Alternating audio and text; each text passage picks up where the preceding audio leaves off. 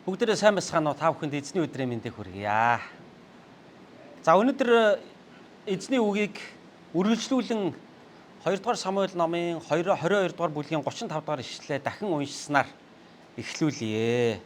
За өнгөрсөн 7 хоногийн бүтэн сайн өдөр буюу эзний өдөр бүгдээрээ хамтдаа бас яг тус ишлэлээс уншиж хамтдаа суралцсан болохыг та бүхэн санаж байгаа бахаа гэж бодож байна. За юуны өмнө би ишлэлээ дахиад та бүгдийн өмнө чангаар уншъя. За. Тэр гарыг минь тулдаанд бэлтгэдэг. Тиймээс гар шуум минь хүрэл номыг тахийлгаж чаддгаа гэж. За одоо бидний уншиж байгаа 2019 оны орчуулгын хувилбар дээр ингэж өгүүлсэн бол за удахгүй гарах гэж байгаа стандарт Монгол орчуулгын одоо хувилбар дээр 2 дугаар Шимуэль номын 22-ын 35 гэсэн яг энэ ишлэлийг ингэж өгүүлсэн байна. Хуруу гарыг минь тулаанд бэлтгэдэг тул хүрэл номыг гар минь татнаа гэж хэлсэн байна. Амен. За тэгэхээр Давид шиг бэлтгэгд гэдэг үндсэн том сэдв дор бүгдээрээ хамтдаа Бурхны үгийг бүтэн сайн болгон суралцж байгаа. Давид шиг бэлтгэгд гэдэг сэдвэр. За өнгөрсөн бүтэн сайн өдөр Давид шиг бэлтгэгд гэж эзний үгийг бүгдээрээ хамтдаа сурахдаа Бурхан Давидыг дайн тулаанд хэрхэн бэлтгэж түүнийг жинхэнэ дайчин ир, жинхэнэ агуу удирдагч Бурхан болгож түүнийг бэлтгэсэн талаар хамтдаа сурсан. За ингэж бэлтгэхдээ Бурхан түүнийг залуу наснаас нь, бага наснаас нь хоньны бэлчээр дээр Бурхан түүнийг бэлтгэжээжээ гэж хамтдаа сурсан бол өнөөдөр бүгдээрээ хамтдаа дараагийн сэдв рүүгээ оръё. За Бурхан Давидыг хоньны бэлчээр дээр бэлтгэжсэн бол хоёрдугаарт нь Бурхан Давидыг хүчрхэг дайснаар нь бас түүнийг хүчрхэгжүүлэн бэлтгэжсэн тухай бүгдээрээ хамтдаа уншъя. Хамтдаа үзье өнөөдөр. За тэгэхээр 2 дугаар Самуэль 22-ын 35 дугаар ишлэлийг бүгдээрээ дахиад нэг анхааралтай харъя те. Юу гэж өгүүлсэн бэ гэхээр тэр гарыг минь тулалдаанд бэлтгэдэг. Тиймээс гар шуум нь хүрэл номыг татаж чаддгаа гэж өгүүлсэн байна. Тэгэхээр Давид хаан өөрийнхөө амжилтын оргил дээр гарсныхаа дараа нас нь нэлээд өндөр болсныхаа дараа маш их олон амжилтанд хүрснийхаа дараа Бурханд магтаалын дуулалыг өргөсөн байдаг. За ингэж Бурханд магтаалын дуулалыг өргөхдөө энэ хүртэл та намайг ивэсэн байна. Та надад ялалтыг өгсөн байна. Эрх мэдлийг өгчээ. Та миний хаанчлалыг амжилттай болгожээ. Та миний залбиралд хариулжээ. Та намайг өстөн дайснуудаас минь аваржээ. Та надад сайн сайхнаа өгчээ. Залуу наснаас минь эхлүүлээд ивэл ерөөлөө та надад өгсөөр иржээ гэд Бурхан Давид хаан Бурханы өмнө өөрийнхөө бүх тэр залуу насны амьдралыг өнгөрсөн одоо он жилүүдээ тийм ээ тэр үхэл одоо зовлон донд тэр бэрхшээл дайн тулаануудын донд хэрхэн одоо ам өрсөн явж Бурханы ивэлэр өдий хэмжээнд Давид хүрсэн болохоо дүгнэн одоо өгүүлсэн тэр одоо дуулал бол энэ 2 дугаар Самуэль номын 22 дугаар бүлэг дээр гардаг. За яг ингэж дуулаад энхүү Бурханд одоо өөрийнхөө бүхий л тэр бэрхшээлтэй тэр хүнд хэцүү олон даваа гүвээг давсан тэр амьдралынхаа туршид Бурханаар ивэгдэж явж ирснийхаа дуулахдаа өнөөдөр бидний уншиж байгаа 35 дугаар ишлэл дээр Давид юу гэж хэлсэн бэ гэхээр та миний гарыг тулаанд бэлтгэсэн байжээ.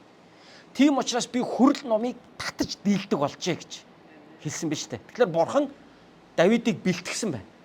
Тэгэхээр Давид одоо огт бэлтгэдэггүй байж байгаа л те гинт нэг мундаг баатар төрөөгүй. Гинт бүхнийг чаддаг нэг нөхөр гарч ирэл ялан дийлчээгүй. Түүнийг Бурхан бэлтгэжсэн юм байна. Он жилүүдийн туршид бага наснаас нь Бурхан Давид хааныг бэлтгэсээр иржээ. Ингэж бэлтгэхдээ тэг бэлтгэлжилтийн хэд хэдэн бүлгүүдээр Бурхан Давидыг гараас нь хөтлөн авч явсан биз дээ. Эхнийх нь юу байсан? Хоньны бэлчээр. Хоньны бэлчээр дээр байхад нь Бурхан Давидэд маш олон зүйлийг зааж сургасан талаар бид нар хамтдаа суралцж ирсэн.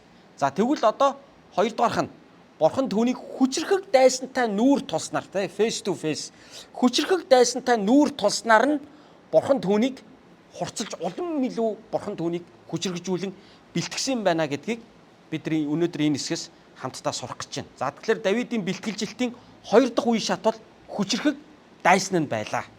За энэ талаар бүгдээрээ хамтдаа 1-р Самуэль номных нь 17 дугаар бүлгийн 40-с 51 дэх ишлэлийг хамтдаа уншъя.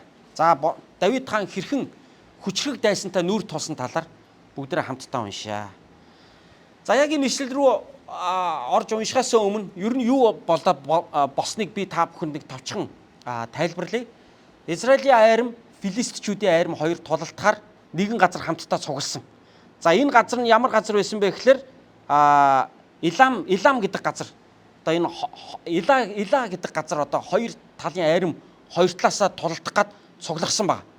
За тэгсэн чинь Филистичүүдийн талаас 3 м өндөр том авраг биетэй. Дээр үед ийм авраг биетэнгүүд байсан шүү дээ. Нефилимийн үр удмууд гэдэг. Одоо шинжлэх ухаан энийг бас баталчаад байна. Олдор ясууд нь гарч ирээд байна тийм үү. Тэгээд Нефилимийн удам болох нэгэн дайчин Филистичүүдийн талаас гарч ирээд нөгөө эрүүл тулалдаанд нөгөө эсрэг талынхаа одоо нэгэн баатрийг дуудаж байгаа шүү дээ. Хоёр айрам нь ингээд хоёр талтаа зогсчоод голдоо хоёр нөхөр гарч ирээд төрүүлээд нэг тулалддаг кино мянан дээр зөндөө гардаг да. Та нар зөндөө харж ирсэн баг. Түүхэнд ийм тулалдаанууд зөндөө болж исэн байдаг тийм ээ. Манай Мантгай цэцэн хатан кинон дээр 89 онд хийсэн Мантгай цэцэн хатан кинон дээр баруун түмэн зүүн түмэн хоёр байлдахдаа хоёр талаас эрүүл дайчин гарч ирээд эхлээд хоорондоо тулалддаг нэг ийм үйл явдал гардаг. За Оросын алдартай зураачийн бас нэг зурсан нэг тийм зураг та нар мэдэн дээ тийм ээ. Одоо Татар Монголын нэгэн одоо жанжны айрам, за Оросын одоо нөгөө Вангуудын айрам хоёр нийлээд хоёр талаасаа байлдахад хоёр эрүүл дайчин гарч ирээд хоорондоо тулалдж байгаа нэг юм хоёр морь өөдөөсөө ингээд цоройцсон нэг Татар Монгол нэг Орос Баатар хоёр өөдөөсөө бамбар руугаа ингээд нэг жадаар ингээд тулцсан нэг юм алдартай зураг бас байдаг та. За та нар тэр зургуудыг бас анзарч ирсэн ч үгүй магадгүй. За Google руу ороод харуул бүгд байж байгаа дөө. За тэгээд Филистичүүдийн талаас авраг биетэй үнэхээр юм одоо мэрэгжлийн тулаанч одоогийнхоор ярих юм бол мэрэгжлийн тулаанч залуу наснаасаа дайн тулаанаар явсан юм шалгарсан юм Дайчин Баатар гарч ирсэн ба. За тэр бол ерөөсөө иж бүрэн хоёуг дуулахтай. Тэгээ бүр зэвсэг үүрэгчгээд тусдаа бүр өөрийнх нь юм зэвсгийн ингээ хажууд нь үүрээ явж идэг бүр туслахтай. Тэгээд ийм зис одоо ийм бамбаа хоёуг дуулахтай. Тэгээд Голиат гэж нэртэй тийм ээ. 3 м одоогийн хэмжүүрээр ярих юм бол 3 м орчим өндөр хүн байсан гэж үзээд байгаа шүү дээ. Ер нь дээр үед авраг биетний үр удам байсан гэж үзээд байгаа тийм ээ. Тэгээд ялангуяа энэ израильчуудын нутгалж исэн энэ ойрхон дорнодын нутаг дэвсгэрт бол энэ авраг биетнүүдийн одоо нутаг бол байсан гэж ингэж үзээд байгаа. За тэгээд тэдний үр удам бүр хожим үеийн үр удам нь Давидын үед амьдарч исэн байна л та. Одоогоос 3000 жилийн тэртээ гэж үзэх гээд шүү дээ. За тэгээд Давид ч одоогоос бидний энэ цаг үеэс 3000 жилийн өмнө амьдарч исэн гэж үзэж байгаа шүү дээ, тийм ээ. Христ биднээс 2000 жилийн өмнө амьдарч исэн. Давид өөрөө Христээс 1000 жилийн өмнө амьдарч исэн. Тэгэхээр чин 3000 жилийн өмнө Давид гэдэг энэ одоо хаан буюу Израилийн одоо баатар амьдарч исэн. За тэгээ Голиат гарч ирээд 40 өдөр 40 хоногийн турш Израилийн айрмыг доромжилж байгаа. Хил амар доромжилж байгаа. За таанах нэг эрүүл дайчнаа гаргах. Тулалдъя. Тэгээ би дийлвэл та нар манай бол танаа баатар чинь дийлэх юм бол манай филистичүүд үрд танаа боол болъё гэл ингээл хашгираад байсан. Израилийн талаас тэр авраг биетэй баатартай нүүр тулах ямар ч эрүүл дайчин гарч чадахгүйсэн. 40 хоногийн турш хоёр талаасаа ингээл тулчаал ингээл байлдахгүй ингээл нэг бие бинийгээ түрээл ингээл. За нэг авраг биетэй баатар гарч ирэл томроолоод. Тэгээ тэрний өөдөөс одоо гарч ирж тулалдаж чадах тийм одоо туршлагатай, чадвартай, тийм хүчит дайчин Израилийн айрмаас юусоо гарч ирэхгүйсэн. За энэ дайчинтай Давид байлдсан ба. За Давид энэ дайчинтай байлдаад ялсан ба. За үүгээрээ Давидын нөгөө нэг хоньны бэлчээр дээр бэлтгэгдчихсэн тэр бэлтгэлжилт жинхэнэ үр дүнгээ өгсөн. За энэ бол Давидын одоо хамгийн анхны агуу ялалт байсан. Энэ ялалтаараа Давид Израилийн одоо ард түмний өмнө хинбэ гэдгийг харуулах алтан боломж нь бол Бурханаас өгсөн алтан боломж нь энэ байсан. Давид одоо энэ баатрыг ялан дийлж өөрийн ард түмнийг аварснараа Давид бол ирээдүйн Израилийн хаан гэдгээ харуулсан. Ийм одоо үйл явдал болж байгаа. Бол жинхэнэ баатар биднийг араасаа дагуулах жинхэнэ манай үндэсний баатар ирэм байна гэж израильчууд энэ үеэс Давидыг хүндлэх болсон байна. За яг юу болсныг одоо би нарийн та нарт уншиж өгье. За 1-р Самуэлийн 17 дугаар бүлгийн 40-с 51 дэх ишлэлийг би та нарт уншиж өгье. За 40-с 51 дэх ишлэл. За энэ ишлэл дээр өгүүлсэн байна. Тэр таяга гартаа авч горхиноос өөртөө 5 мүлгэр чулуу шилж аваад барьж явсан хурганы уутандаа хийж дүүгээрээ гартаа бариад өнөөх Филист хүн рүү явлаа. Хурганы уутандаа хийгээд гिचжээ. Тэр нэг хончин хүү байсан чинь үнэн багаад байгаа үстэй те. Тэг уут нь хүртэл хурганы уут нөгөө нялх хургаа дотор нь хийгээд үүрээ даваа явдаг хурганыхаа уутан дотор 5 мүлгэр чулуу горхиноос шилж аваад Филист дайчин руу очисон байна. Тэгэхэд Филист хүн бамбай үүрэгчээ урдаа зогсон Давид руу ойртож ирэв. Филист хүн Давидыг хараад залуухан улаа бутарсан агаад сайхан төрхийг нь үзэж түүнийг үл тоомсорлжээ. Филист хүн Давидэд чи юунд таяг барьж над руу ирэв? Би нохоо юм уу гэд тэрээр өөрийнхөө бурхтаар Давидыг харав. Филист хүн Давидэд наашир би чиний махыг окторгуйн шууд хэри араатанд өгье гэж занлаа. Давид Филист хүнд чи илт бамбай жад барьж над руу ирж байгаа бол харин би чиний доромжилсан Израилийн бүх цэргийн бурхан төг төмдийн эзний нэрээр чам руу ирж байна. Өнөөдөр эзэн чамайг миний гарт өгнө. Би чамайг алаад чиний толгойг биеэс чинь таслан авна. Өнөөдөр Филист цэргүүдийн хүүрийг окторгуйн шууд хэри араатанд өгнө. Бүх улс Израильд бурхан байна гэдгийг үүгээр мэдэх болно. Энэ цугласан олон ч эзэн илт жад хэрэглэлгүй аварна гэдгийг мэдэх буйзаа. Энэ тололдоон эзнийх бөгөөд тэр та нарыг бидний гарт өгнө гэв. Филист хүн босож Давидын өөдөөс тололдохоор ирэхэд Давид ч Филист хүнтэй нүүр тудлахаар тололдооны тэргүүн шугам руу яаран гүйж ирлээ. Давид уутанд гараа хийж нэг чулуу гаргаж аваад дүүгүүрээрээ дүүгүрдэн Филист хүний духыг онов. Чулуу дух руу зоогдон ороход тэр нүүрээрээ газар шаан унлаа. Тинхүү Давид дүүгүр болон нэг чулуугаар мөнөх Филист хүнийг ялав. Давидын гарт илт үгүй байтал Филист хүнийг тэр цохиж алав. Давид гүн очоод тэр Филист хүний дээр гарч түүний илтийг хойноос нь суглан авч түүнийг алаад толгойг нь тас авчив. Өөрсдийн тэргүүлэгч дайчин ир үхснийг Филистчүүд үзээд зогтцгаав гэж. За ийм одоо гайхамшигтай санаанд оромгүй одоо тулаан болсон байна шүү дээ, тэ. Тэгэхээр нөгөө та нар төсөөлж байгаа бох тэ. Нөгөө Филист ир чинь урдаа бамбаа үүрэгчээ зогсооцсон. Тэгээ иж бүрэн хуйг доолгохтаа илт бамбаа жадтайгаа тийм ээ толдох гад ирж байна. Гэтэл Давид яасан? Хончин залуу. Өөдөөс нь нэг хурганы уут ингээд энүүгээрээ үүрцэн ямар сэлэм мэлэм ном сум жад хуйг доолго юу ч байхгүй. Тэгээ нөгөө хурганы уутанда нэг 5 мүлгэр чулуу хийцэн. Тэгээ эндээ дүүгүүрээ барьцаа очиж байгаа. Таяга тулцсан тий. Тэгсэн чинь нөгөө Филист Голиат чинь Давидыг хараад хүү чи намайг одоо хингээс санаав. Тэгээ би ямар одоо юу тий. Би одоо нохоо юу? Гүй чи одоо на таягаараа яах гэж байгаа юм? Тэгээ чи намайг таягаараа зохиод одоо тэгээ би зохиулаад унлаа юу тий. Одоо амжих уу гэж штэ одоогийн бидний яриагаар бол. Тэгээ би чамайг өнөөдөр алаад энэ тэнгэрийн шувуудад чиний махыг би өгөн зааяа томорж яана л да. Тэгээд нөгөө Филистийнхаа өөрсдийнхөө бурхтаар Давидыг одоо үхтэл нь хараасан.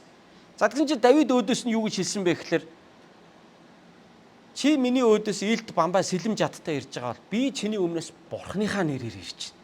Өнөөдөр Израильд бурхан байдгиймаа гэдгийг хүмүүс харнаа. Илдв шалдуу үгээр яаж томроогүй зүгээр л эзнийхээ нэрээр ирж байгаа.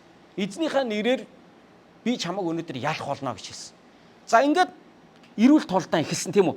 Хоёр талын айрам, хоёр талын хөндийн хоёр тал зогсоод нөгөө хоёрыг ч юу болох нь одоогийн жинхэнэ нөгөө нэг Лас Вегас MGM Grand юунд болдог нөгөө нэг мэрэгжлийн тулаанчдын нөгөө тэмцээнүүдийг эсвэл нөгөө Дубайд мэрэгжлийн боксing дэлхийн аваргыг хүмүүс ингээд маш их хэмжээний мөнгө төлөөл хажуунаас нь үздэгтэй адилхан дэлхийн нэг агуу хоёр тулаанчийн айхтар хоёр тулааныг хажуунаас нь одоо харж штэ тэр үед. За тэгсэн чинь одоо юу болсон бэ? Бүр санаанд оромгүй тулаан болсон. Нөгөө Голиат чинь илдээ суглаал, Давидыг завчаал, Давид өстө бултаал, өстө дээр нь үсэрж гараал, өшгөлж унгаагаад ийм болох нь гэсэн чинь болоогүй. Давид ерөөсөө нөгөө хоньны уутнаасаа нэг чулуу гаргаж ирэл дүүгүрэндээ хийгээл дүүгүрж байгаа л ерөөсөө ганцхан чулуутс тэ. Тэгсэн чинь нөгөө жижиг чулуу нөгөө нэг том ирийн ерөөсөө яг цохонд нь ингээд гавлынхны ясыг ингээд цөм цохоод зогдоод орчихсон. Тэгээ нөгөө том ир чинь яасан урагшаага харуулдаад унж байгаа. Тэгвэл Давид гүйччихэд илдээ сугалж аваад Голиатыг алаад дараа нь толгойг нь тасдаж. За ингээд нөгөө 40 хоногийн турш Израилийн армийг доромжилж исэн авраг биетэй хинт ч ялагдашгүй баатар ир маань зүгээр нэг хончин хүүд санаанд оромгүй аргаар маш амархан ялагдаад унж байгаа. Энэ тулдаан бол Давидын тулдаан байгаагүй. Энэ тулдаан бол Бурхны тулдаан байсан. Тэгээ энэ тулдаан бол одоо хин нэгэн эртэ бертаан дийлдэг тулдаан байгаагүй. Энэ тулдаан бол Бурхны өршөөл байсан. Энэ бол үнэхээр Бурхны агуу гайхамшигт тулдаан болсон. За ингээд энэ тулдаанаараа Давид анх удаа Израилийн өмнө Давид гэж нэгэн залуу байна. Үнэхээр бурхан хамт байдаг. Бурханаар өрөөгцөн нэгэн хүн байна. Энэ хүн бол үнэхээр зоригтой дайчин ир юм байна. За энэ хүн бол Израилийн ирээдүйн удирдагч юм байна гэдэг тэр дүр зураг Израилийн өмнө бол анх харагдаж эхэлж байгаа. Энэ бол Давидын Израиль ард түмнийхээ төлөө байгуулсан хамгийн анхны ялалт нь байсан. Энэ үеэс хойш Давид амьдралынхаа туршид Израилийн армийг удирдан залж маш олон тулаанд орж маш олон дайн тулаануудад Давид бол ялалт байгуулсан. Давид бол үнэхээр энэ тулаанч юм дайчин warrior king байсан. Тэгээд Давид бол үнэхэрийн яланд ийсэн амьдралынхаа туршид маш олон дайн тулдаануудыг хийж маш олон дайн тулдаанд ард түмнээ удирдан энэ ард түмэнд асар их ялалтыг авчирсан. Манай Монголоор бол манай Сүбэдэ жанжин шиг юм уу? Нэг ч ялагдаж үзээгүй дэлхийд хитгэн жанжин байна л гэж яриад байгаа биз дээ, тий.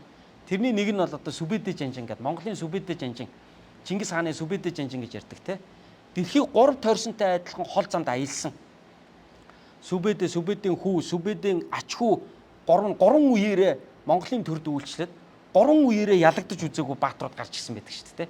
Тэгээ зөөрлүүлж ярил Давид бол тухайн үедээ Израильд бол ерөөсөө байнга ялалтыг авчирч ирсэн ийм агуу баатар болжээ. Тэгээ би Давид Голиат хоёрын тулдааныг бодож яана л да, тэ нэг авраг биетэй нэг хажууд нь харьцуулаад харах юм бол нэг жижигхэн биетэй нөхөр, тэ. Тэгээ нэг нь бол ерөөсөө байнга тулдаанд бол ерөөсөө ялж ирсэн нөхөр, нэг нь бол анх удаа тулдааны талбар дээр гарч ирж байгаа хоёр нөхөр. Манай Монголын бөхөр бол нэг нь бол дархан авраг, нэг нь бол юу юм бэ? Нэг залуу бүх ч юм уу, тэ, дөнгөж гарч ирж байгаа нэг залуу бүх. Тэгээд хэн нэгэн тэр аврагыг зогсоох ёстой байсан, тэ.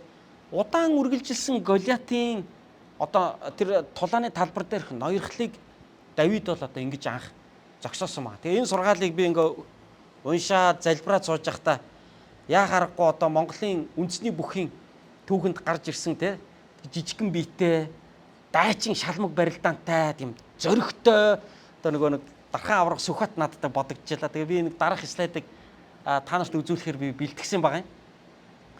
За дархан аврах сүхбатыг бол та нар бүгдээрээ мэдгүй хүн байхгүй. Сүхбат гэж анх гарч ирж байхад хүмүүс түүнийг ярьж ирсэн. Агван самдангийн сүхбат Төв аймгийн Сэргэлэн сумын харьяат, тийм ээ. Дархан аврах цолтой 2000 онд анх төрүүлээд Арслан цол авч ялаа.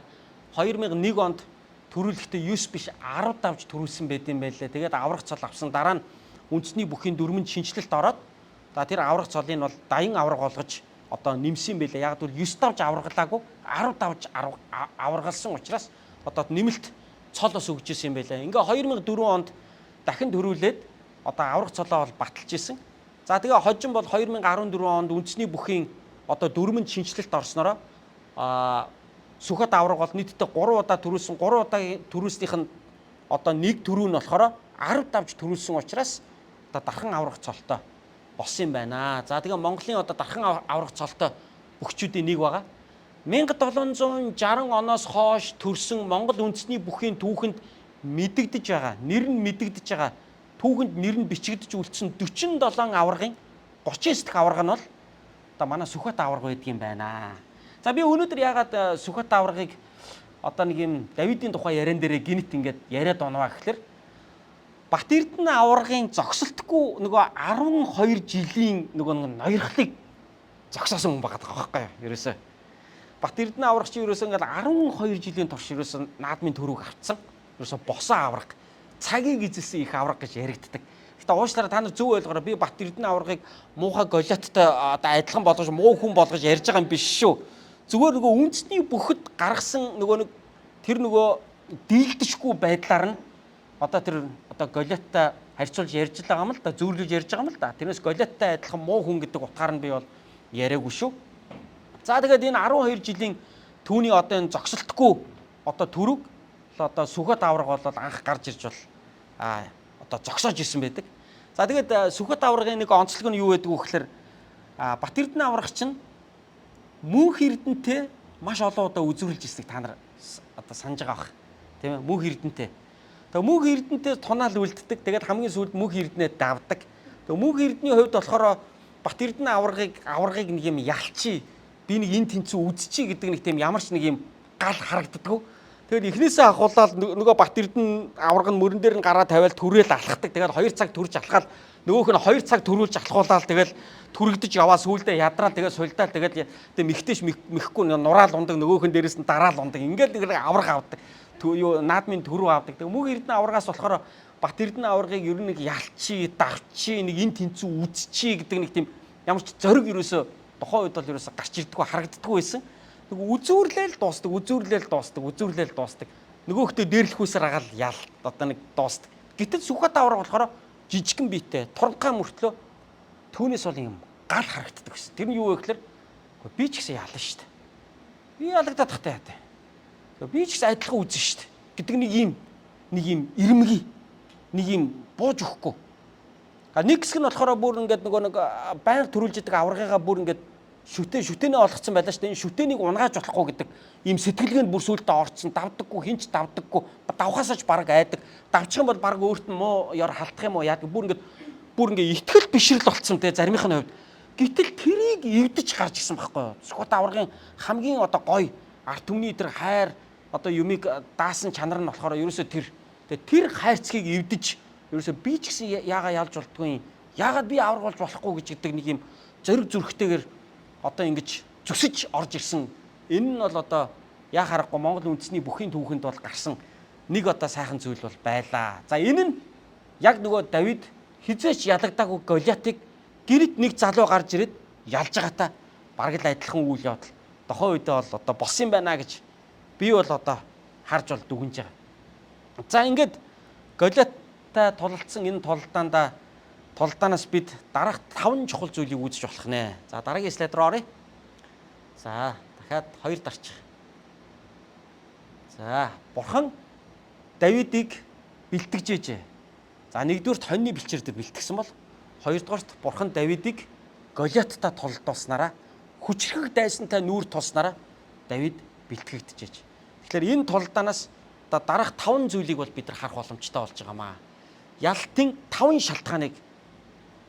За тэгэхээр өнөөдөр энэ 5 зүйлийг би энэхүү сургаал дээр та бүхэнтэйгээ хуваалцъя гэж бодож байна. За хамгийн нэгдүгээрт Давидын энэхүү одоо Голиаттай тулсан тулалдаан бол Бурханаар анханасаа удирдуулсан байсан. За дахиад нэг дарчаарай. За Бурханаар анханасаа удирдуулсан ийм тулалдаан болсон. За би 1-р Самуэлийн 17 дугаар бүлгийн 17-аас 19 дэх ишлэгийг таанаас уншиж өгье.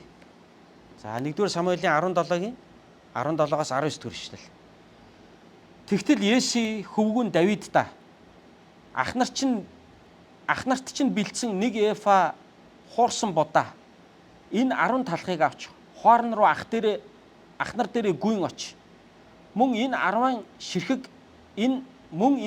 ширхэг бясалгыг мянгатын даргад нь хүргэж өгөөд ахнарынхаа мэндийг мэдээд тэднээс мэдээ авчир.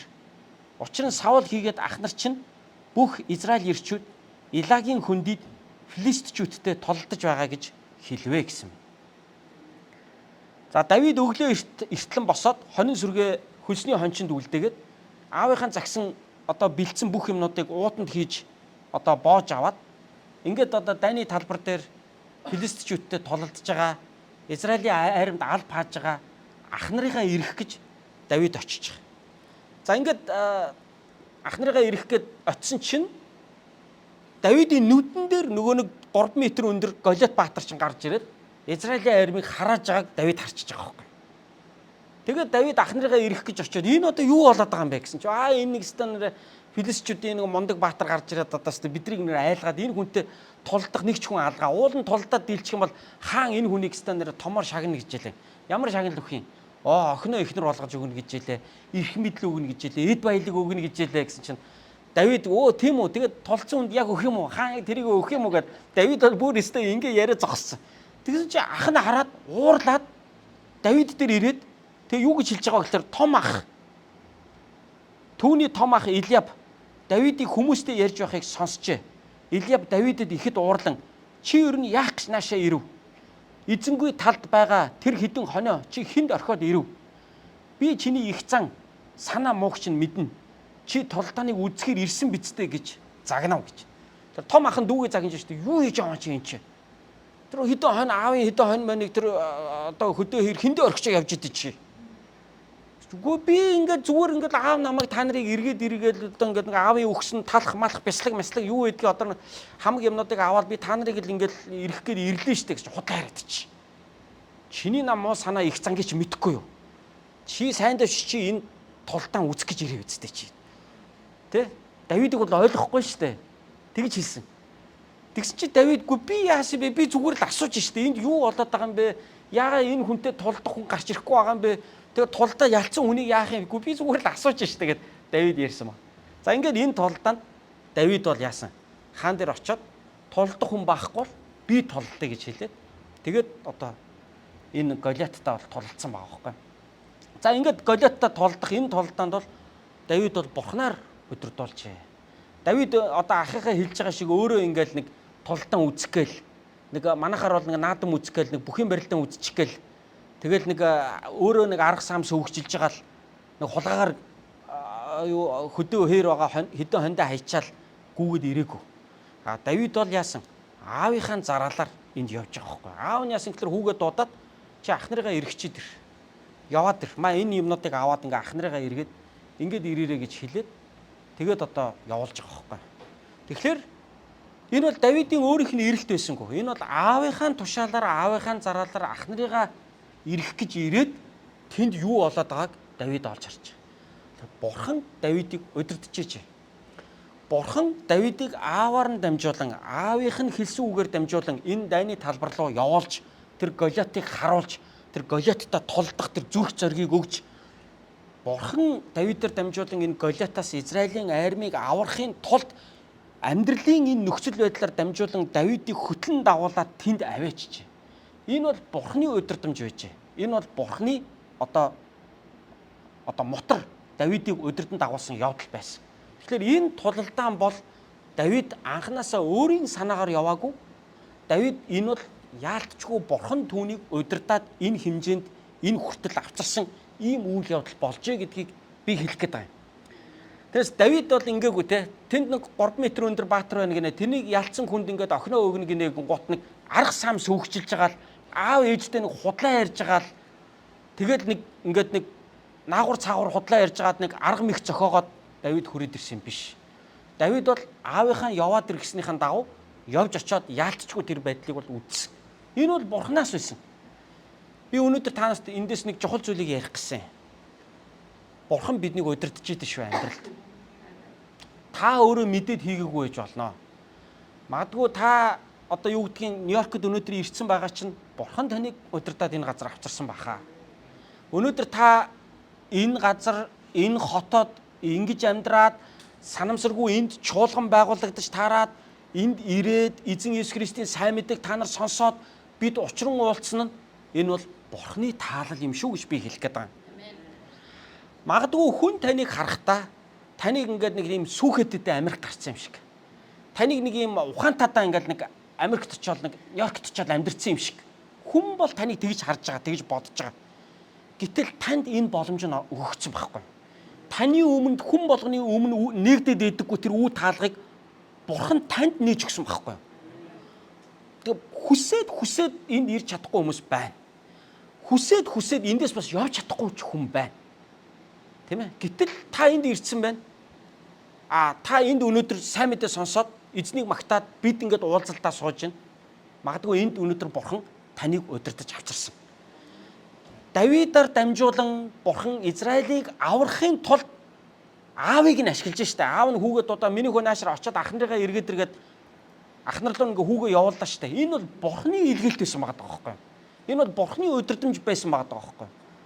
Манай гэр бүл ч гэсэн одоо Нью-Йоркд ирээд Нью-Йорк Монгол чуулганыг бид ингээ хамтдаа үүсгэн байгуулад энэ чуулганд би ингээ 7 хоног болгон номлоод 7 хоног болгон та бүхэнтэйгээ уулзаад нөхөрлөөд энэ үйлчлэгийг хийгээ явж байгаа нь бол Бурханаас гэж бид итгэдэг. Тийм ээ. Магадгүй манай гэр бүлийг зарим хүмүүс харахтаа төгөлдөр пастор ингээд угийн сүхэтэд Америк руу өмнө 4 удаа явахдаа ингээд айхтар хүнтэй нүхээ малтчихад ингээд Нью-Йоркт ирсэн гэж харагдчих магадгүй. Гэхдээ би ухыгээд малтыг ичингүүт малтагчдаг нүхч гэж юу аах вэ? Би ингээд нэг шашны визээр Америкт очимоор ирэнгүүт заа гэж миний үгэнд ороод надад шашны виз өгчдөг сүмч гэж юу аах вэ? Гэхдээ ер нь зарим хүмүүс бол яг тэгж бодсон. Зарим хүмүүс бидрийг энд ирсний дараа найз нөхдөд маань ярьсан байлаа. Төгөлдөр пастор чи гадаад гараа явцсан гэж хэлээ тий. Гадаад гараа явцсан ч багтаа явах тий. Гэхдээ би ч одоо ууланд бурхны удирдамжаар дуудлагаар үг аваад залбираад эзэн үү таалгыг нээж өгөөд бүх юм маань гайхамшигтайгаар болоод энэ газар ирээд өнөөдөр монголчуудын төлөө сайн мэдээг тунхаглаад энэ дэлхийн том хотод монголчуудын дунд бурхны хаанчлалын хаяг дэлхийн тулд эндээс эргээд Монголоо ивэхийн тулд эндээс эргээд бид илгээлт хийхийн тулд өнөөдөр би энд ирчээд байгаа штэ. Тэгээ энийг чи бурхан надад хэлсэн. Энийний төлөө би залбирсан, хүлээсэн. Бурхан надад үе таалгыг нээж өгсөн. Тэрнээс би энд ирээл дээгүр доогуур гүүгээл дарга цэргүүдийн үе таалгыг сагчаагаад хэд 3 цаас наагур цаагур өгч визэ бүтээлгээл ингэж би ерөөсөө хийгээгүй штэ. Зарим хүмүүсийн хувьд бол төгөлдөр пастор айгүй ухаантай том хүүгээ 12 төгсөнгүүт нь Америк гараа явцсан. Баг хүүгээ одоо юу лээ дон сургуулаа төгсөнгүүт нь Америк гараа явцсан. Хүүхдүүдээ гадаадд сургах гад гэж харж байгаа. Одоо айхтар хүн бол айхтар хүн байт юм байна гэж харагдаж байгаа. Гэхдээ тэ энийг би хүсээд ингэж тохируулъя гэд тохирчдаг юм байхгүй яг үнэндээ. Бурхан энийг хийж байгаа. Тэгэхээр таныг бурхнаар удирдуулаад явж байгаа амьдралыг чинь нэг хэсэг нь Давидын том ах шиг хараад таныг хэлэх хүн байгаа л да. Давидын том ах Давидыг юу гэж хэлсэн бэ? Тэ? Чи ер нь яах гэж наашаа ирсэн? Эзэнгүү талд байгаа хэдэн хонио хинд орхичоод ирвчээ. Би чиний их зан санаа муугч нь мэднэ. Тулдааныг үзэхэр ирсэн бидтэй чи гэж. Нэг хэсэг нь таныг яг ингэж хэлнэ. Тэ? Чи станараа чи бол станараа амар гарстай юмыг нь бол нэрээ ингээд амар хийж байгаа байхгүй юу гэж. Нэг хэсэг нь бол таныг хараад магадгүй атарах нь, буруутах нь таныг бол яг ингэж харж байгаа. Гэтэл Давидын хувьд бол үнэндээ юу болсон юм бэ? Аав нь түүнийг дуудаад ах нарыгаа эргээд ийш нь явуулж байгаа штэ. Тэгээд Давид аавынхаа үгээр энд ирээд ах нарыгаа ирэх гээд ирсэн чинь тэр Голиатын 40 хоног ингээд Израилийн ард түмнийг доромжлоо томорж байгаа энэ байдлыг Давид хараад дотроос нь ариун сүнс ажиллаа хийгээд Давидыг энэ толдонд бурхан ашиглаж байгаа байхгүй. Тэр бурхан удирдах байгаа амьдралыг заримдаа хүмүүс харахтаа хүн өөрөө хийгээд байгаа юм шиг ойлгодог. Нэг хуйлдааны онол гэдэг нэг дэлхий дээр нэг юм одоо нэг яригддаг да. Ингээд нэг юм улс төр дээр болж байгаа үйл явдал юм уу? Эсвэл ингээд нэг хүмүүсийн нэг юм цаагур наагур болж байгаа үйл явдлыг харахтаа энэ хоёр хуйлдаад ингэж хийж байгаа. Нэг бүх юмыг нэг юм хуйлдааны онолоор ингээд тайлбарладаг нэг хэсэг хүмүүс байдаг да тий. Худлаа. Наадах чинь цаанаасаа татаастай. Худлаа. Наадах чинь цаанаасаа дэмжээстэй.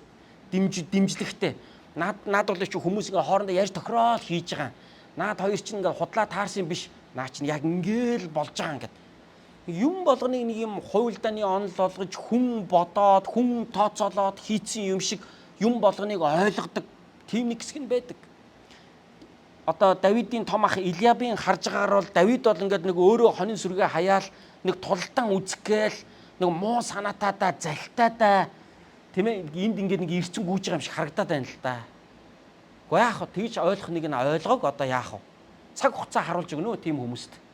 Үнэхээр эзнэр удирдуулаад энэ хүртэл эзнэр яваад эзэнд үйлчлээд явж байгаа тэр зүрхийн маань тэр босд хүмүүс мэдэхгүй байж болно. Бурхан мэдж байгаа. Яг бол бурхан Давидыг ааваар нь дамжуулж ах нарыгаа эргээд гэж хэлээд Давид энэ нөхцөл дээр очиж таарад энэ бүх үйл явдал чинь бурхан өөрөө тохируулдаг. Бурхан өөрөө энэ аливаа тохироо, энэ амьдралын тохироог бурхан өөрөө бий болгодог. Гэтэл энийг хүмүүс хүсээд ч энэ тохироог болгож бид нар чаддгүй шүү дээ. Нэг юм нь болохоор нөгөө юм нь болдоггүй. Нөгөө юм нь болохоор тэр нь болдоггүй. Нэг юм ивэн таарж өгдөггүй. Хүсээд болдоггүй юмнууд амьдрал дээр зөндөө байдаг шүү дээ. Гэтэл бүх талдаа тохироонд бүрдээд ингээд юмыг ингээд бурхан хийдэг. Энэ бол бурханы таалал юм шүү. Тийм учраас байгаа газараа бурханаар удирдуулж, байгаа газараа эзэн таны амьдралыг ивэх болно гэдэгт итгээрэй. Байгаа газар чинь эзэн таныг санамсаргүй авчраагүй гэдэгт итгээрэй. Тийм ээ. Эзэн биднийг удирдан залж ивэж байдаг юм шүү. За хоёрдугаарт бид энэ тулдаанаас бидний хоёр дахь суралцах ёстой нэг чухал зүйл бол Давид Голиаттай эзний нэрээр тулалдчих. Голиат бол хоёуг дуулга зэвсэг бамбаагаар тулалдах гэж Давидтай гарч ирсэн. Гэтэл Давид бол өөдөөс нь яасан? Зүгээр л хоньныхаа таягийг барьсан, хурганы уутаа үүрцэн, тав мүлгэр чулуу нөгөө уутандаа хийсэн, нэг дүүгэр барьсан л гарч ирж байгаа. Тэгээ дүүгэр гэдэг чинь тэр үеийн одоо Израильд бол маш тийм түгээмэл хэрэгэлдэг зэвсэг байхгүй юу? Ном сум хараахан өндөр хөгжигүй байсан цаг үе. Ном сум хараахан өндөр хөгжигүй байсан үед хүмүүс ихэвчлэн дүүгэр хэрэгэлдэг байсан. Тэгэхээр дүүгэр гэдэг бол хамгийн өргөн хэрэглэгддэг одоо хүн болгоны л баг хэрэгжилж яадаг ийм зэвсэг байхгүй юу? Маш одоо энгийн хамгийн наад захын зэвсэг байхгүй юу? Тэгээ ийм зэвсэг бариад нэг залуу өөртөө толтох гад гараад ирэхээр хэн бүр гайхаад байна л да. Энэ Голиат бүр гайхаад байна л да. Тэгээ Голиат юу гэж хэлж яах гэхээр чи одоо намайг юу гэж бодсон? Нохоо гэж бодоо юу гэж те. Голиат бүр уурлаад байна шүү дээ те. Тэгэхээр Давид бол энэ дээр бол Голиатын өөдөөс эзний нэрээр гарч ирж байгаа. Тэгээд Голиат Давидыг харах үед Давид буцаагаад Голиатад юу гэж хэлж яах гэхээр би эзний нэрээр чамтай чи илд бамбай жад барьж над руу ирж байгаа бол би эзний нэрээр чам руу ирж байна гэж хэлж байгаа.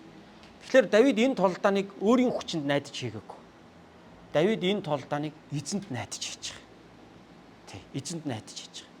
Тэгэхээр Давид энэ хүчрхэг дайсантай тололдох нь нэгдүгээр бурхны удирдамж байсан. Хоёрдугаарт Давид энэ хүчрхэг дайсантай тололдохдоо өөрийнхөө хүчинд биш эзэнд найдаж байгаа. Эзний нэрээр ирж байгаа. Амьдралд бид ийм Голиаттай тулж байгаа юм шиг үе бидний амьдралд байдаг штэ. Ажлын хувьд, бизнесийн хувьд, эрүүл мэндийн хувьд, ямар нэгэн харилцааны хувьд бид ийм Голиаттай ийм нүүр толж байгаа юм шиг ийм хэцүү. Үнэхээр би энийг яаж хийндэ? Би энийг яаж амжуулна да? Би энийг яаж даван гарна да гэж бодогдохойц ийм хүнд том давах шаардлагатай хүнд хэцүү ийм зүйлтэй нүүр тулах өөрөөсөө бүр хитээцсэн ийм хүчрхэг ийм бэрхшээлтэй бид нар амьдралд нүүр тулах үе бишгүй байдаг. Тэр үед бидэрт одоо зэвсэг байхгүй, мөнгө байхгүй, хүч байхгүй, магадгүй саппорт байхгүй, дэмжлэг байхгүй хэцүү үе бидний амьдралд ирдэг. Ийм үед Давид бол Голиаттай толдохдоо бол эзэнд л найдажсэн. Эзний нэрээр л Голиатын өөдөөс ирж исэн. Гэхдээ би та нарт хэлье те. Би та нарт бас өнөөдөр хэлмээр байна. Аливаа зүйл эзэнд найдаарай. Тийм ээ. Ямар ч ийм хэцүү зүйл амьдралд чинь ирсэн бай. Эзэнд найдаарай. Эзэнд найддаг хүний аливаа зовлон бэрхшээлийг даван гарах сэтгэлийн тэнхээ бусд хүнийхээс илүү хүчтэй байдаг. Илүү өндөр байдаг. Бэрхшээлийг даван гарах, сэтгэл зүгээ удирдан жолоодох чадамж нь бурханд итгэдэг, залбирдаг хүмүүст тийм биш хүмүүсээс илүү өндөр байдаг. Тийм болохоор эзэнд найдаарай. Эзний үгэнд та бүхэн маань найдаарай гэж би хэлмээр байна. Манай гэр бүлийн хувьд ч гэсэн адилхан шүү дээ. Нью-Йорк хот, Нью-Йоркд эзний чуулганыг байгуулна гэдэг бол Голиатыг ялахтаа л адилхан юм болж байгаа байхгүй юу манай гэр бүлийн хувьд. Үнэхээр тийм л нөхцөл байдал дээр ирж байгаа. Айж исэн, яг үнэндээ айж исэн. Одоо нэг жил ирээд нэг жил үзэлцээд юу ойлгож байгаа гэхээр айх хэрэггүй юм байна. Толдон бол эзнийх юм байна. Энийг би өөрийн хүчтэйдээ, өөрийн мэрэгэн ухаантайдаа би ялдсан биш юм байна. Энийг эзэн өөрөө хийд юм байна. Миний урд байгаа тэр дайсныг эзэн өөрөө зайлуулсан байна гэдгийг харж штэ. Би ингээд л хүчээ үзээд ир бараа гайхуулцаал муу аргаар тэмцэх биш. Бурхан өөрөө замын маань засч өгдөг юм байна. Бурхан өөрөө миний төлөө, өөрийнхөө чуулганы төлөө тэмцдэм байх гэдгийг одоо амьдрал дээр харж штэ. Олон санаа зовж исэн асуудлууд маань аяндаа шийдэгдэж байгааг харж байна. Мэдээж би тэрний төлөө юм хийсэн л дээ. Залбирсан, хийхээр хичээсэн. Болохгүй дээ яандаа гэж бодож исэн олон зүйлсүүдийг эзэн үе таалгуудыг нэгээд үнэхээр замыг маань засч өгж байгааг харж байна. Тэгэхээр эзэн ингэж хийдэг юм байна гэдгийг эндээс сурж байна. За 3 дугаарт Давид Голиаттай тулцсан энэ тулаанаас одоо энэ ялалт ирсэн 3 дахь том шалтгаан бол Давид мэрэгэн ухаанаар тулалцсан. Давид мэрэгэн ухаанаар тулалцсан. За Голиат бол Давидтай туршлагаар мөн өөрийнхөө эр бяраар хүч чадлаараа тулалцсан. Харин Давид Голиаттай тулдах ийм хүч чадал түүнд байгаагүй. Давид түүнтэй тулдах юу байсан гэвэл мэрэгэн ухаан байсан. Тэгэхээр Давид илүү ухаан зарах хэрэгтэй байсан. Тэр хүчрхэг дайчин биднийг ухаантай болгодсон шүү. Биднийг ухаантай болгодсон шүү. Хэцүү нөхцөл байдал биднийг толгоогоо ажилуулахад хүргэдэг. Энэ нь өөрөө бидний хэрсүү болгож идэг. Энэ нь өөрөө биднийг мэрэгэн ухаантай болгож идэг. Тийм болохоор аливаа бэрхшээл ирэхэд шархлаад домдоод өнгөрөх биш харин би үүнийг яаж давах вэ гэдэг мэрэгэн ухаанд суралцаарай. Ингүүл бид жинхэнэ хүн болно. Ингүүл бид жинхэнэ бурхны хүн болно.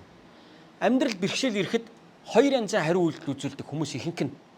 Нэг хэсэг нь гомдоод, шархлаад, бурханд гомдоод, бусад хүнд гомдоод, намайг л дорд үзлээ, намайг л инглээ, би л ийм учраас ингэж байгаа гэд хувьд заяандаа гомдоод, бусдад буруу өгөөд, ингээд бүх юмд гомдоод сэтгэлээ хаагаад хорвоогоос нүүр боруулдаг нэг хэсэг хүмүүс нь ингэдэг.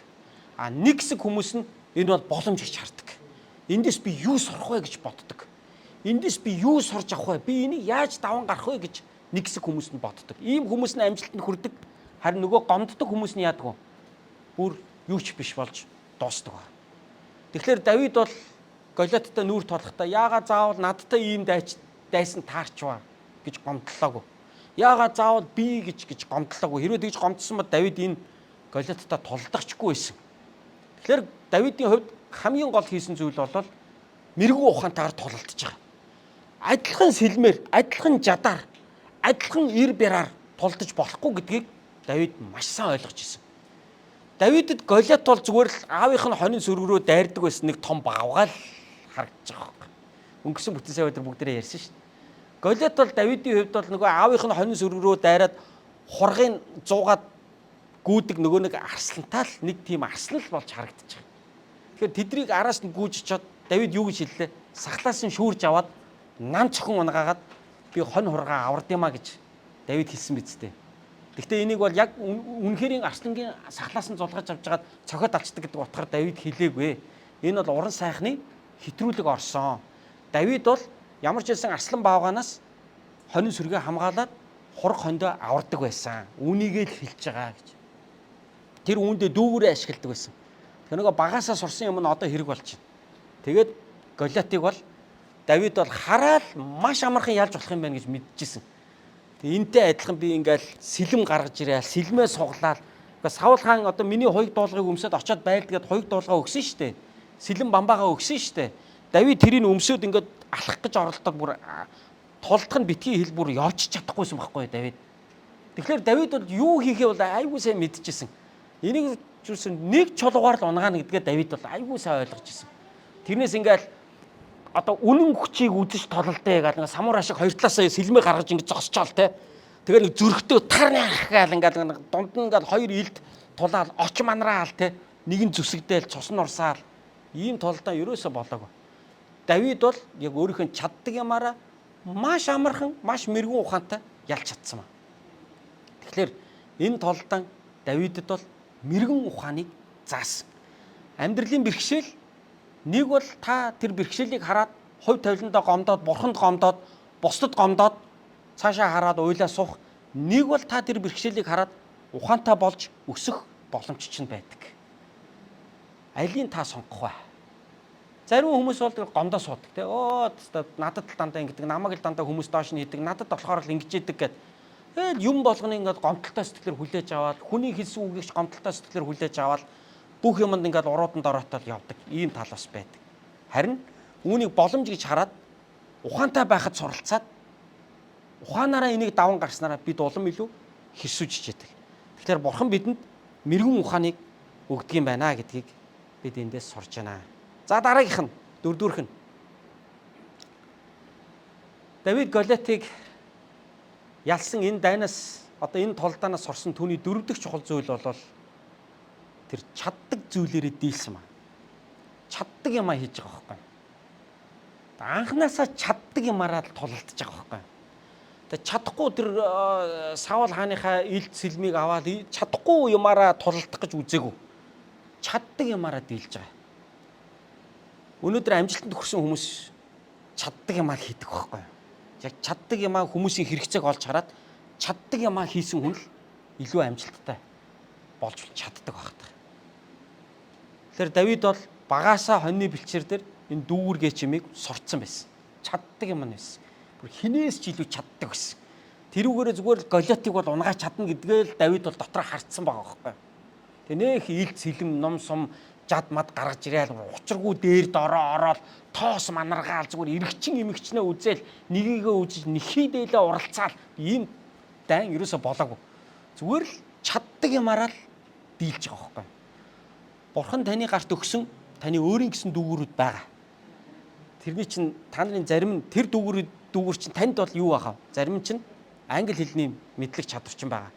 Та нарын заримд чинь хоол хийх тэр чадвар туршлага чинь байгаа.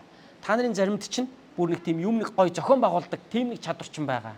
Та нарын заримд чинь яг хүнтэй зөв харилцаж юмыг нэг удирдан манлайлдаг чадвар чинь байгаа.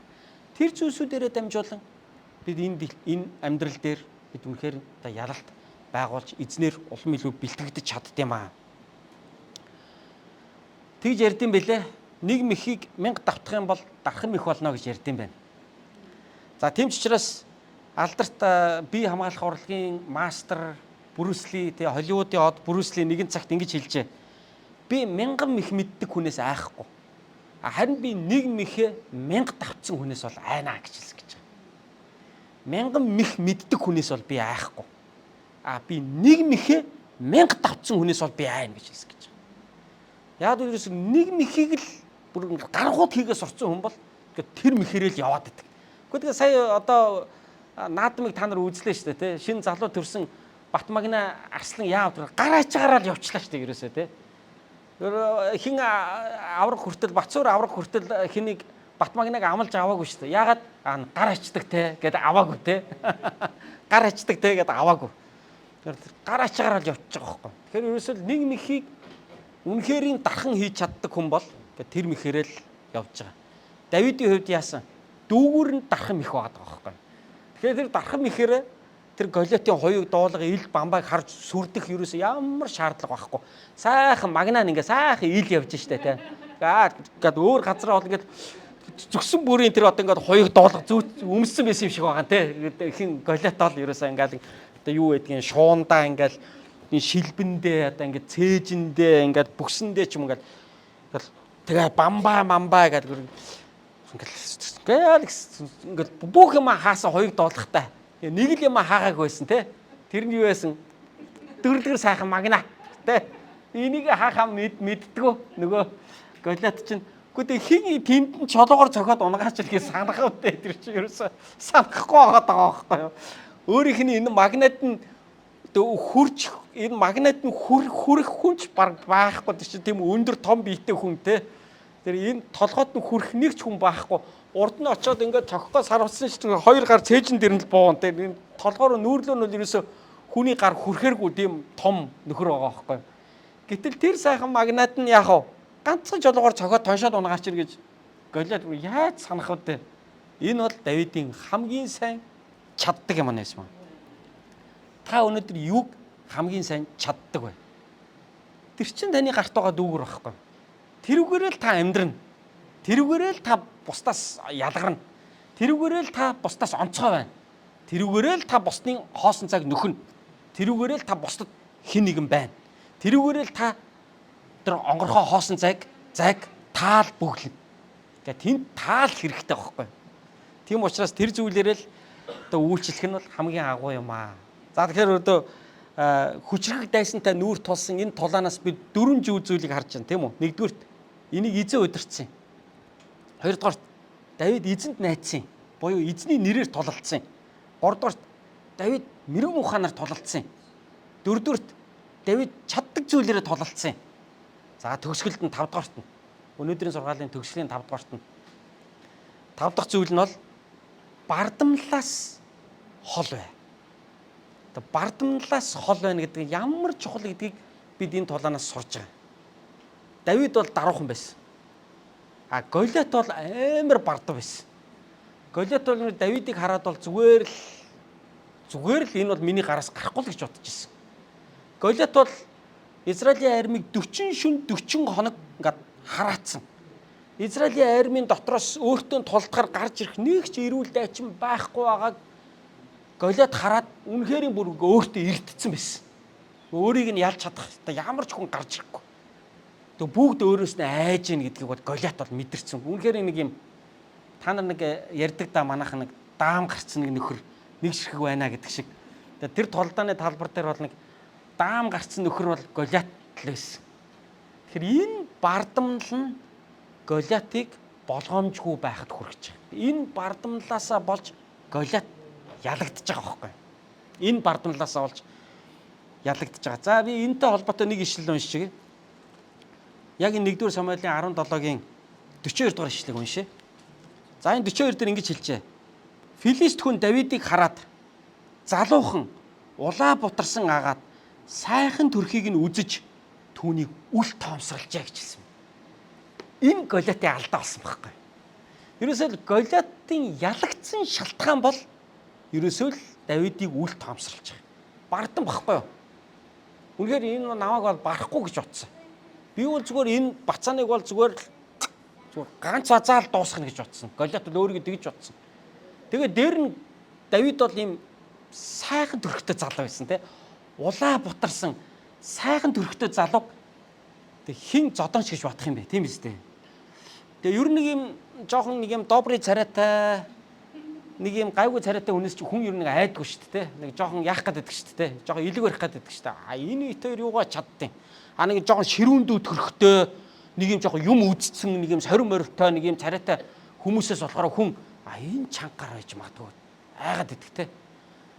Голиат Давидын нүүрэнд нь хууртчихж байгаа байхгүй юу? Голиатыг хараад улаа бутарсан сайхан төрхтэй болохоор энэ бацаан бит хоёр өстө юугаа чаддیں۔ Гэд бодчихж байгаа байхгүй. Энэ Голиатын алдаа болсон. 93 онд би 9 дугаар ангид багтаа. Өвлийн амралтаараа хөдөө аав ээж хоёр дээр очлоо. Улаанбаатар хотоос 80 км-ийн зайтай барилгын цэргийн удирдах газрын бургалдаан сангийн аж ахуй гэдэг. Тэгээ тэнд очиод би нэг бараг сар чахам аав ээж хоёртоо өвөл хань болоод аав ээж хоёртоо би тусалсан. Тэгсэн чинь тэр цэргийн анги дээр цэргүүд тэр цэргийн барилгын цэргийн удирдах газрын харьяа аж ахуй байхгүй тэр чинь. Тэгсэн чинь тэн дээр нэг баахан цэргүүд ирсэн тэнд ажил хийж байна. Би нөгөө цэргүүдтэй чинь найз болоод. Өстөр дүүн болсон. Нөгөө цэргүүчүүд миний ах нар болоод бүгдээрээ л миний ах нар болоод би тэдэрт кино ярьж игдэг. Нөгөөд ч надаар кино яриулдаг. Тэгээ сүүлдээ ярих кино дуусаад ирсэн чинь би сайн мэдээгээ ярьж өгöd. Тэгээ тэдний дотроос айгүй олон үеэс итгэсэн шүү дээ тэр жил. Энэ 93 онд болсон явдал байхгүй юу? Тэгээ тэр ах нарын дунд тэр одоо цэрэг ах нарыг нэг удирдахжсэн Жан гэдэг нэг ах байсан. Хамгийн чанга гарна л та. Шуун фабрикийн нэг ах байсан.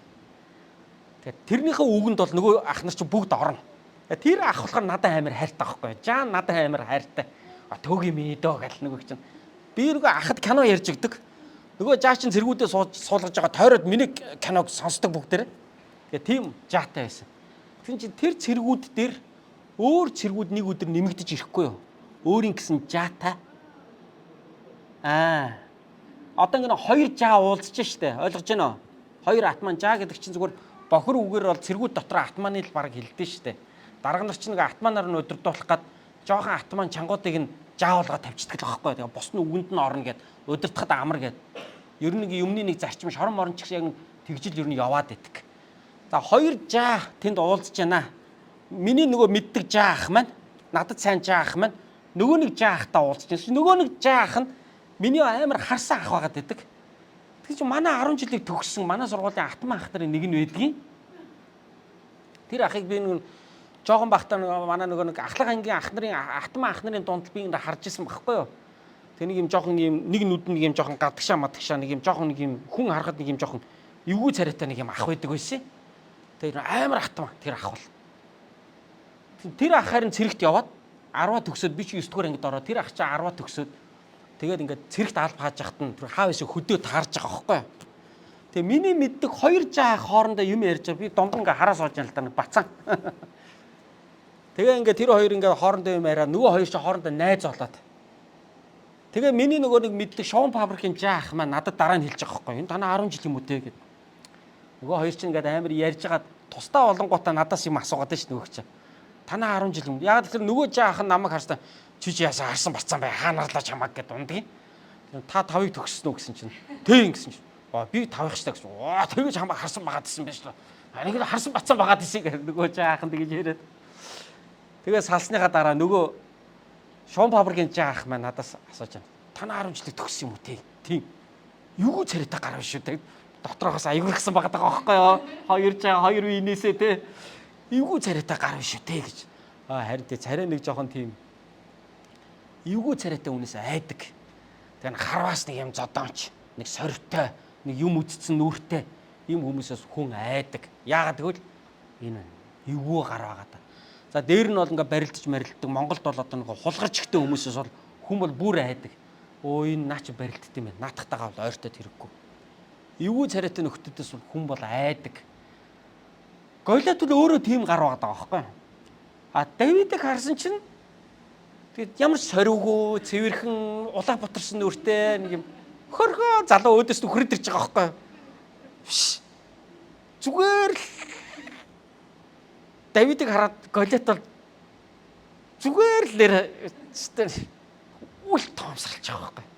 Яг энэ нь Голиатын ялагдах хамгийн том үндэс суурь болж өгч байгаа. Өөрөөр хэлбэл энэ бардамнал өөрөө Голиатыг болгоомжгүй байхад хүргэсэн. Тэгээ яг энэ болгоомжгүй байдал дээр нь Давид түүний өөдөөс санаанд оронгүй юм хийсэн. Тэр нь юу вэ гэхээр Голиаттай ингээд барьцалтаж аваад зууралдаж тулалдана гэж Голиат бол тэгж тооцоолж ирсэн. Гэтэл Давидд ингээ 2 метр ч хурж амжаагүй, ойртож амжаагүй байхдаа туханд нэг юм цохих шиг болоо юу болоо одоо Голиатын талаас бүгдрээ жоохон бодъё л да тий. Нэг юм хөрхөн бацаан байж гэн тийм үү? Ийм хөрхөн бацаа надтай байлдах гэж байгаа бах та тий. Энэ нөгөө талын айрмын дундаас тэр олон ингээ нүүрэндээ сорвтой Дайчин Баатрууд гарч ирэх байхад энэ нэг хөрхөн бацаан царайлаг бацаан надтай байлдах гэж байгаа бах та гэд. Үнэхээр нэг басж байгаа байхгүй Давидыг бол. Үнэхээр Давидыг бол зүгээр ингээд ганц базаал байхгүй болгондоо тэгж ирдэж байгаа байхгүй. Ингэж ирдсэн учраас боломжгүй болж байгаа. Тэгээд яаж юм гэхээр өөрийнхөө сул талыг олж харах чадхаа болж байгаа юм хүн. Тэгээд зүгээр явж очиод Давидыг зүгээр базаал алчна гэж бодсон баг. Эсвэл сэлмээрээ ганц чавчаал алчна гэж бодсон баг. Гэтэл нөгөө хөөрхөн бацаан чинь дүүгээрээ эргүүлээ зогсож юм л да. Тэр 2 метр ч ойртож амжаагүй байхад нь гинт туханд нэг юм хөрх шиг болсон. Юу илээгээ бодож амжаагүй бол ухаан балартаа нүд нь харанхуулаад газар унсан байсан. Ухаантаа ухаангүй. Нэг ингээд нүднийхээ завсраар нэг хальт ухаан ороод ингээд харсан чинь Давид цээжин дээр нь гараад нэг хөлөөрөө гიშгцэн элдийн сугалж исэн. Тэгэл тас кадр тас толгойд бөндгөс. Ингээд Голиат дуусч байгаа. Бардамлаасаа болж ялагдчихж байгаа. Тэгэхээр бардамнал бусдыг дорд үзэх үзэл. Бардамнал гэдэг хүнийг ямар сул дорой болгодог вэ? Ямар муухай болгодог вэ гэдгийг бид эндээс харж байна. Харин Давид бол даруухан байсан. Тэр яг Бурхны өмнө хийх ёстой зүйлээ яг даруугаар, яг үнэнчээр, яг тууштай хийгээл явсан. Тэр хүн ялтанд хүрч байгаа байхгүй. Та нар нөгөө хиний Холливуудын алдартай одоо Роберт Де Ниро гэдэг алдартай жүжигч байдаг те. Роберт Де Нирогийн хэлсэн үгийг мэдсэн баг, сонсч ирсэн баг тийм үү? Чи амжилтанд хүрвэл зүгээр л даруу бай. Тэгээ чимээгүй урагшил өөрийгөө зарлаал, гайхуулаал, эд хаваа гайхуулаал, бусдыг доош нийгээл бити инг. Чи амжилтанд хүрсэн бол чимээгүй урагшил. Чи дотроо хадгал. Тэгээ чи яг хийх ёстой юмаа хийгээд чи чимээгүй урагш агсаарлаа. Нэг л өдөр чамааг үнэхээр амжилтанд хүрч байгааг чинь хороо харах болно гэж Роберт Де Ниро тэгж хэлсэн. Давид бол яг л түн шиг явсан гэж бид нар харж байна. За. Бурхан Давидыг бэлтгэжээ. Бурхан Давидын гарыг тийм ээ хүрэлт номыг татаж чаддаг болтол нь Бурхан Давидын энэ 2 гарыг бэлтгэжээ. Нэгдүгээрт Бурхан Давидыг хоньны бэлчээр дээр бэлтгэсэн. Хоёрдугаарт Бурхан Давидыг хүчрхэг дайсантай нүүр тулснаар нь бэлтгэсэн. Тэгэхээр Давидын хүчрхэг дайсантай нүүр тулсан энэ тулаанаас бид дараах 5 зүйлийг өнөөдөр хамтдаа сурлаа.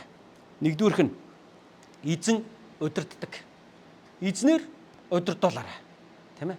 Эзэн бидний амьдралыг удирдах үед бидэнд эзэн ерөөлөө өгдөг юм аа. Бидэнд амжилтыг өгдөг юм аа. Тийм учраас Бурхан минь намайг удирдаач. Миний амьдралыг залаач. Хаан ч очсон, юу ч хийсэн, ямар ч шийдвэр гаргасан таны хүсэл биелэг гэж үргэлж залбирчээ. Миний хүсэл биш, таныхаар болог. Та намайг удирдаарай. Юу ч хийсэн, бизнес хийсэн, улс төрд орсон, юу ч хийсэн бай. Та миний алхам тутам бүрийг минь удирдаарай гэж залбирчээ. Бурхны мотор таны амьдрал дээр байгаа цагт, Бурхан таныг удирдах байгаа цагт босод бүх юм болно. Босод бүх үе хаалгуудыг эзэн нээж өгдөг юм аа. Хоёрдугаарт тийм ээ. Эзний нэрээр Давид тулалдсан. Өөрөөр хэлбэл юу ч хийсэн эзэнд найдаарай. Ямар ч ажил хийсэн, ямар ч нөхцөл байдалд орсон Бурхан минь надад туслаарай. Бурханы хүч чадалд итгээрэй. Бурхан бол чиний арт тал, Бурхан чиний хамгийн хүчтэй саппортч юм шүү гэдэгт итгээрэй. Бурханы тусламжинд найдаарай. Хүний тусламжинд битгий найдар. Тэр нэг тэгээд өгчих болов, энэ нэг ингэж өгчих болов гэж хүнд битгий итг. Бурхан намайг ивэнэ гэдэгт итгэж залбирч эзний үгэнд итгэл найдраа тавьж байгаараа. 3 дугаарт Бурханаас мэрэгэн ухааныг залбирж байгаараа. Эзэн минь тухайн нөхцөл байдалд тухайн зүйлийг хийх мэрэгэн ухааныг надад өгөөч. Оюутан хүн бол хичээлээ сурах мэрэгэн ухааныг Бурханаас залбир. Даалгавраа хийж байгаа бол, бичгийн ажил хийж байгаа бол, шалгалтаа өгж байгаа бол, эцсийн цол зэрэгээ хамгаалж байгаа бол мэрэгэн ухааныг надад өгөөч гэж Бурханаас залбирж байгаараа. Ямар нэгэн бизнес хийж байгаа бол тэр бизнес дээр мэрэгэн ухааныг надад өгөөч гэж залбирж байгаараа.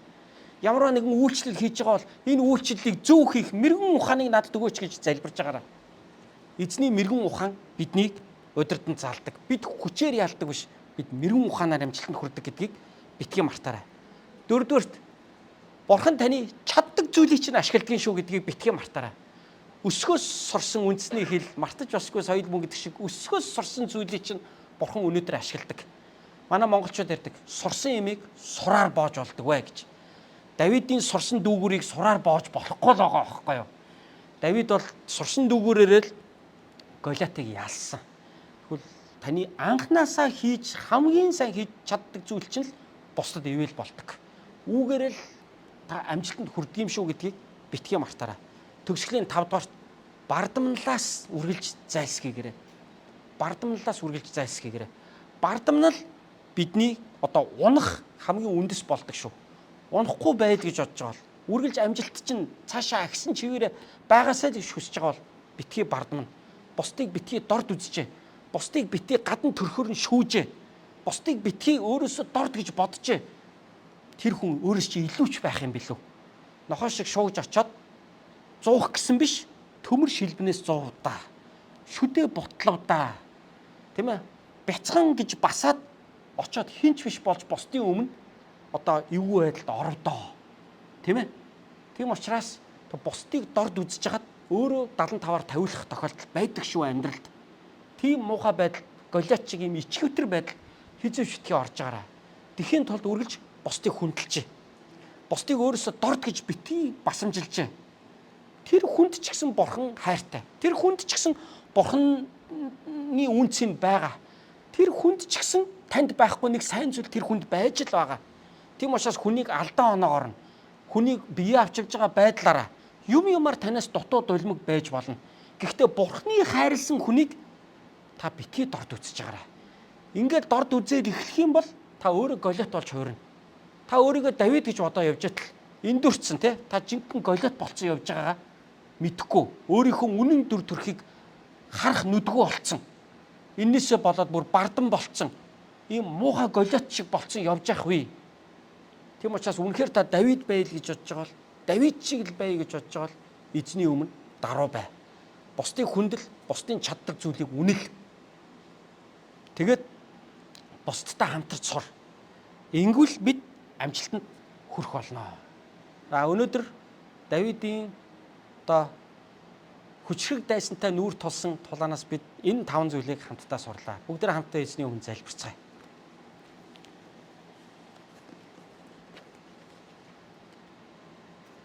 Халелуя, Тэнгэрлэг эцэг минь тандаа баярлалаа. Таны үг бол үнэн. Таны үг бол ариун. Таны үг бол зүгийн балнаас ч илүү амттай. Таны үг бидний хөлдөх замыг минь гэрэлтүүлдэг. Таны үг бол бидний амьдралд өгөгддөг таны удирдамж. Өнөөдөр бид таны өмнө ирж байна. Та эзэн Есүс Христээр дамжуулан биднийг аварсан. Тэгвэл одоо бид эзэн Есүс Христийн дотор таньда хандаж байна. Өнөөдөр бид Давидын амьдралд тэрээр хүчрхэг дайсантайгаа нүүр тулахдаа тэнд болсон явдлаас бид энэ 5 чухал зүйлийг хамтдаа сурж байна. Өнөөдөр сурсанчлан Бурхан минь та бидний амьдралыг удирдаач. Их эзэн бид ямар ч үед танд найддаг, танаас өгөгддөг мэрэгэн ухаанаар аливаа зүйлийг шийддэг. Эзэн минь танаас өгөгдсөн бэлэг авьяасаараа бид бусдад ивэл болсон. Даруугаар танд үйлчлдэг хүмүүс байхад бидэнд та туслаарай гэж гуйж байна. Тандаа баярлалаа. Өнөөдөр энэ номлолыг сонссон, хамт байсан цаашдаа хамтдаа явж энэ итгэлийн замаар хамтдаа явж байгаа бүхий л итгэлийн ахын дүүснэрээ би өрөөж байна. Есүс та энэ Давидын удмаас төрсөн. Есүс та бидний өмнө та үнэхээр басамжлагдан, доромжлогдсон, загалмайд хадагдан нас барахтаа та ялагдаагүй, харин та ялсан. Та яг Давид Голиатыг ялсан шиг та ялсан. Та биднийг муу сүнснээс ялан чөлөөлсөн. Тэгвэл бид энэ дэлхий дээр таны энэ эдгээр үнэт зүйлсүүдээр өдөртөөлөн явхад минь туслаач. Таны ариун сүнс биднийг ятгаач. Биднийг хөтлөн дагуулж, биднийг сургамжлаач. Талархан эзэн Есүсийн нэрээр залбирanгуйлаа. Аамен.